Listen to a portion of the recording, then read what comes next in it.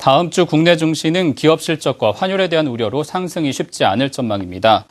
경기 지표와 환율 영향을 꾸준히 점검해 볼 필요가 있다는 조언인데요. 전문가들의 의견 들어보겠습니다.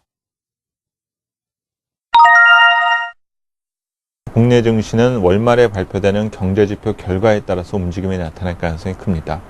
특히 1월 수출의 경우 1분기 우리 기업들의 실적을 가늠해 볼 수 있는 만큼 중요한 변수가 될 것 같고, 대신 최근까지 정황상 수출 개선에 대한 기대감이 높지 않은 만큼 하방 압력이 지속될 것으로 예상합니다.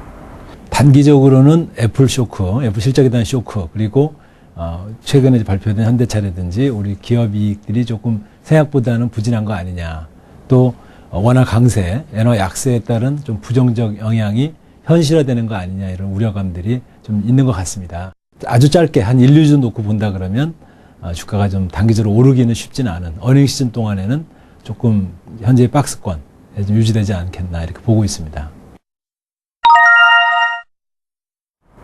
이번 주 관심에 둬야 될 것은 경제지표와 올해 첫 FOMC 내용이 될 것 같습니다.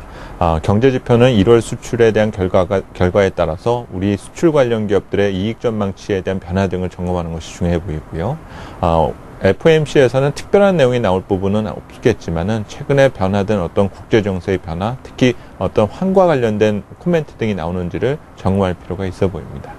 불가피하게 엔화 약세, 원화 강세는 영향을 계속 지속적으로 미칠 것 같고요. 그리고 역시 기업이익, 또 단기적으로 어닝 시즌이기 때문에, 그리고 이제 중국의 춘절에 따른 춘절 효과가 실제로 나올 건지, 이런 부분들이 단기적으로는 굉장히 중요한 변수로 자리 잡고 있다고 보고 있습니다. 주식시장은 외국인 수급 그리고 환율 변수라는 상당히 가변적인 요소에 따라서 변화가 나타나고 있습니다. 이는 시장의 변동성이 확대될 수 있다는 의미이기 때문에 우선 현금 비중을 유지하면서 리스크 관리에 주력하시는 것이 중요할 것 같고요. 전반적인 어떤 매크로 개선에 대한 기대감 등을 감안하면 경기 민감주에 대한 타이밍을 조율하는 작업이 필요해 보입니다. 지수의 낙폭이 확대될 때 경기 민감주로 해당되는 소재, 산업재 관련 산업 등에 대한 관심이 필요해 보입니다. 기업 이익을 좌우하는 것은 물량과 단가, 그래서 결국 제품 가격이 중요하다고 보는데요.